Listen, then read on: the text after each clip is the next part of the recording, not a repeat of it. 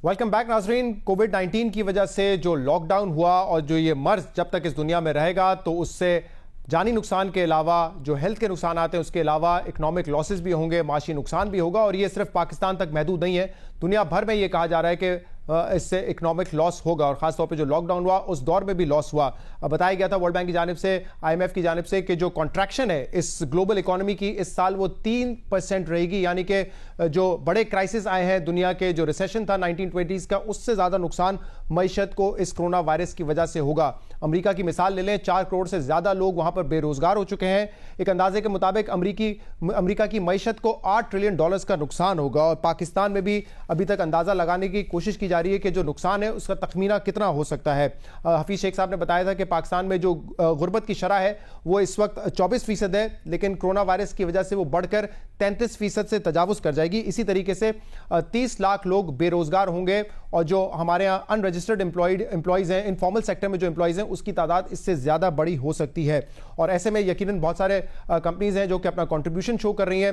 Racket बेनकीजर भी एक ऐसी कंपनी है, एक ऐसी मल्टीनेशनल कंपनी है जिसने 50 करोड़ रुपए का कंट्रीब्यूशन किया है। उसमें डोनेशंस भी हैं, उसमें अवेयरनेस कैंपेन के लिए भी वो पैसा खर्च कर रहे हैं। और इस वक्त हमारे साथ मौजूद हैं अकबर अली शाह साहब, जो कि कंट्री मैनेजर हैं रैकेट बेनकीजर के। उनसे हम इस हवाले से बात करेंगे। अकबर अली शाह साहब, बहुत बहुत शुक्रिया वक्त देने के लिए। सबसे पहले तो एक ग्लोबल इकोनॉमी पे बात कर लेते हैं। आप लोगों की क्या प्रोजेक्शंस हैं कि किस हद तक स्लो डाउन देखने में आ सकता है? पाकिस्तान में जो कंज्यूमर की परचेजिंग पावर पैरिटी है वो किस हद तक डिक्लाइन कर सकती है इस पूरे क्राइसिस में? जी, thank you very much Shahzad. I hope you can hear me. जी जी बिल्कुल। देखिए, अभी मैंने कुछ सुना, आप कुछ नंबर्स भी शेयर कर रहे थे। इसमें कोई शक नहीं है कि एक बहुत सिवियर किस्म का economic crisis across the world है। और चैलेंज बड़ा यूनिक है। एक तरफ हेल्थ क्राइसिस है और एक तरफ इकोनॉमिक क्राइसिस है, और इसका हल सिवाय SOPs को इम्प्लीमेंट करने के और लॉकडाउन को ईज़ करके बिजनेस कॉन्टीन्यूटी की तरफ जाने के और नहीं है।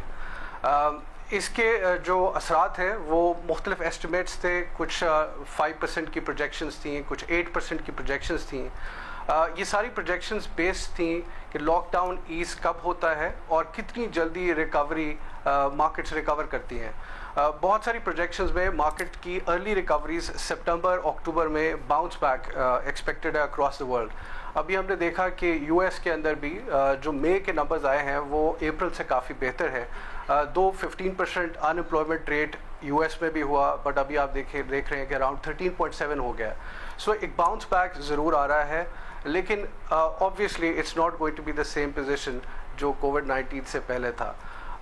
पाकिस्तान भी इससे आइसोलेटेड नहीं है। पाकिस्तान में भी इसी किस्म के चैलेंजेस हैं और एक्सपेक्टेड है कि तकरीबन 1.25 करोड़ से 1.25 करोड़ तक की जॉब लॉसेस हो सकती हैं अगर इकोनॉमिक एक्टिविटीज़ कॉन्टीन्यूटी उसकी नहीं रहती तो। इसी सिलसिले में आई थिंक कि बहुत ज़रूरी है कि बिज़नेस को अब नए अंदाज से, नए तरीक़ेकार से शुरू किया जाए और हमें कुछ नए तरीके अपनाने होंगे।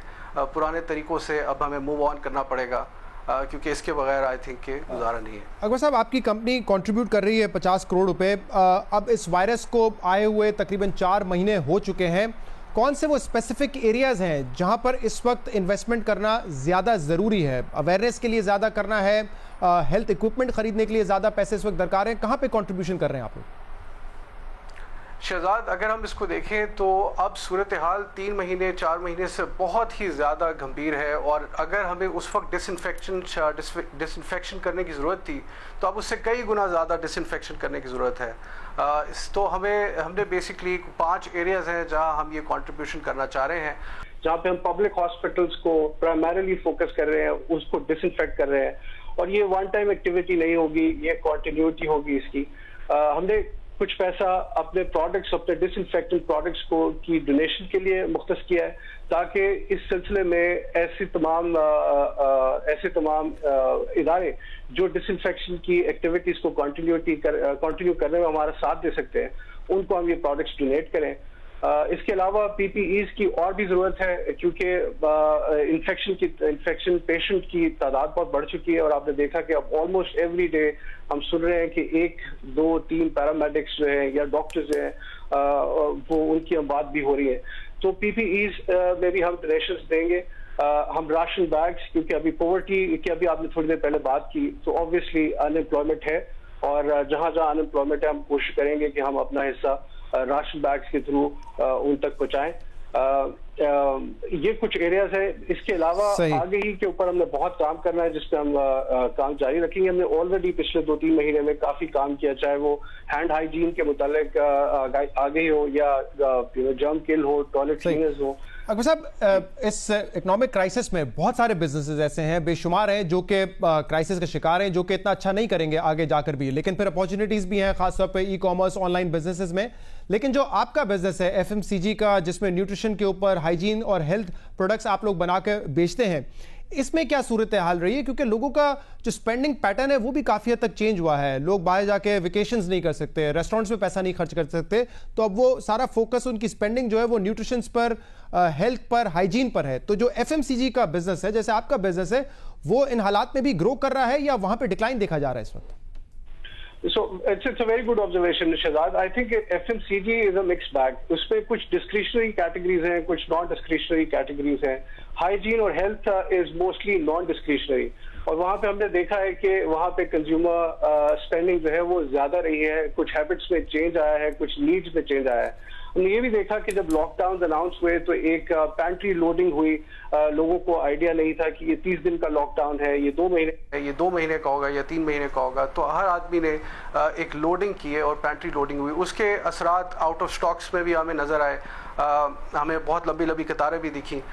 लेकिन जब कुछ अरसे के बाद हमने देखा कि 1-2 महीने के बाद सेकंड मंथ में आके ख़ास तौर पे जो कंज्यूमर हैबिट्स थी वो चेंज हुई और उन्होंने नेबरहुड स्टोर से परचेजिंग स्टार्ट की। हाल ही में आपने देखा होगा कि लॉकडाउन जब थोड़ा सा ईज आउट हुआ है तो ई कॉमर्स में बहुत ज़्यादा बूस्ट आया है। So disinfection categories generally are doing much better, soaps are doing better, लेकिन जो डिस्क्रिशनरी आइटम्स है उसमें एफएमसीजी में भी ड्रॉप है।